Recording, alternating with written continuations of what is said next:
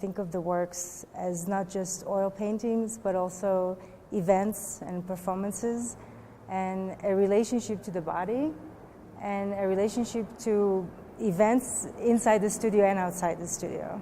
So while it's seemingly such a private activity to think of a painter in front of a linen expressing themselves all day long and may even sound romantic, I don't think of it that way. I think of that activity to be, I think of the linen itself to be very porous and to accept, be able to absorb what's going on in the world, in a sense. I know that's a very big statement, but that's why painting to me still seems incredibly relevant. And it always goes back to the immediacy of it, the immediacy and the humanity of it.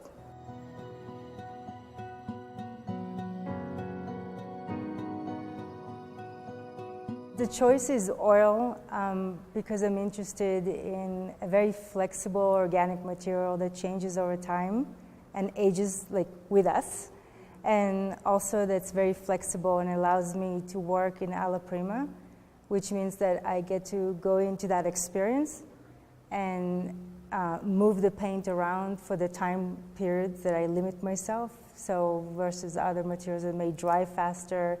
So I just really like the flexibility of it. And the fact that it's a very historical material that still seems to have relevance as well.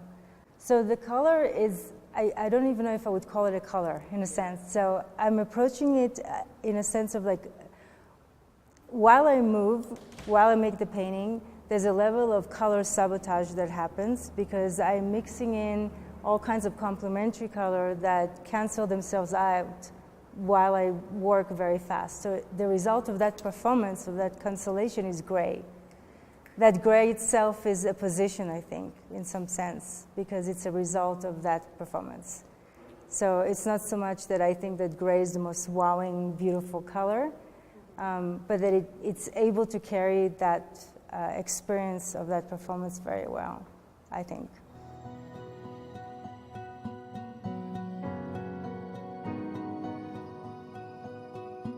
I like to give a certain kind of structure to the painting, and by deciding on a time frame, for example, 3 days. That allows me to think of it as a performance over the relationship of, you think of the classical painter living with the painting, you know, moving back and seeing it and rethinking it, and then changing the position of certain figures within the painting, and that could be a year long, you know.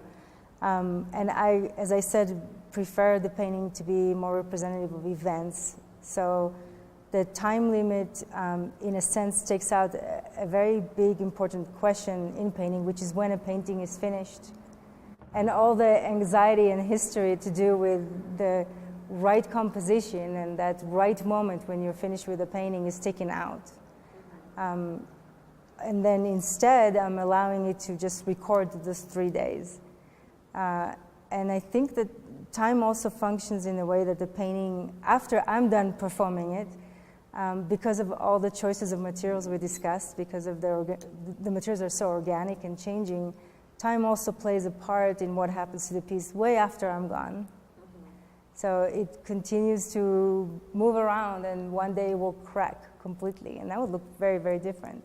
So I still do very much care about the end result, because while I do them under a short period of time, I do edit them later, and I edit a lot. So just by the time definition, you can imagine how many paintings I can make, right? If I finish a painting every 3 days.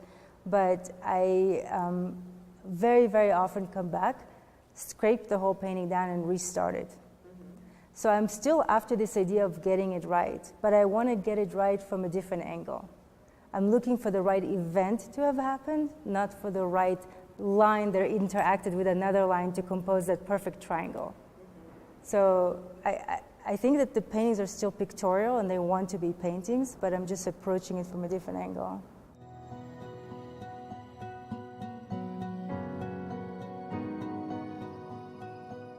I'm thinking with my body as much as I'm thinking with my mind. So in some ways, there's first of all this like relationship to something that I'm making that's very physical, you know, that comes from my body and its own limitations, as well as what it can do, what it cannot do. It's interesting because some people talk to me in my studio about dance, because the paintings seem to meet up with some of like contemporary dance theories. You know, there's some relationship to that kind of improvisation, for example, and openness and structure at the same time.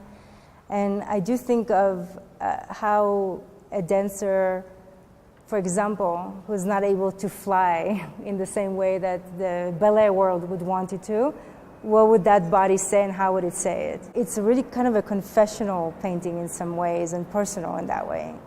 But also, when I'm done with my job doing it, I leave a layer that is as optical as it is physical.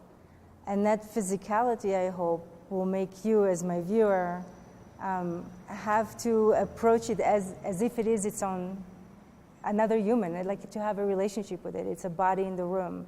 It's something for you to deal with. And to also for you to experience it through your body, not just through your mind.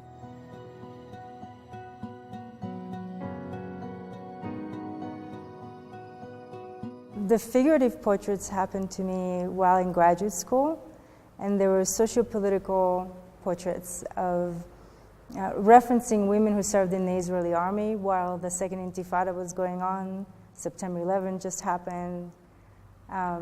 So the context for those portraits was so specific, and I couldn't say what I wanted to say in any other way than going straight to the subject and being completely upfront about it. It just required for me to put the subject as it is. And then I've exhausted that body of work and ended up, I think, spending about 5 years making very transitional work. And now that I look back at those 5 years between those portraits that were very figurative to the abstraction, I was swimming in this area between the figure and the abstract representation in various ways. I made war landscapes in which the bodies became the ground. And then I went to Germany and I made a show about soldiering over there. But already the soldiers got disrupted in many ways by the background. So like, that was a very linear path. When I look at it back, now, back then it just felt like, oh, well, this is what I'm doing. When I got back from my show in Germany in 2010, back to LA, I felt like I just was ready to say everything that I need to say without spelling it out. And that's when the abstraction started to pour out. It was probably my first genuine abstract painting happened then. But it's connected to all the socio-political, works that I've done before. I think all that content is still there.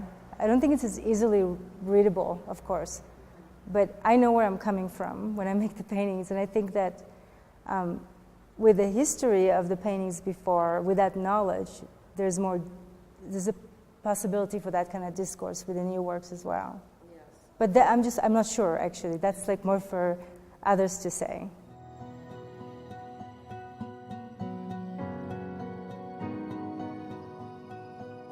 I really think that my work takes longer, that it unravels slowly, that it takes, experiencing it in person.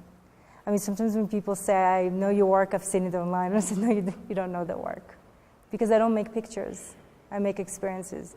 So, but then because it's that, I can't really claim to say that I know what others get from it.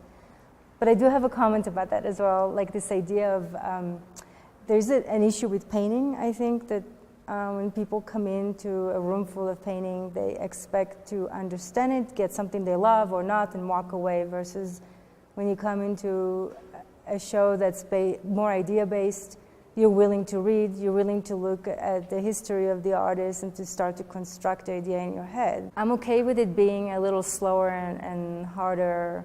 And I understand that some people just come in and just get a certain kind of sensation from the work. Oh, they love the texture, I've heard that before. But I do hope that more happens, like maybe later, maybe slower and later, or when people start to understand my practice, if they're interested, right? So they start to see it as something, a voice that's happening over time through different projects.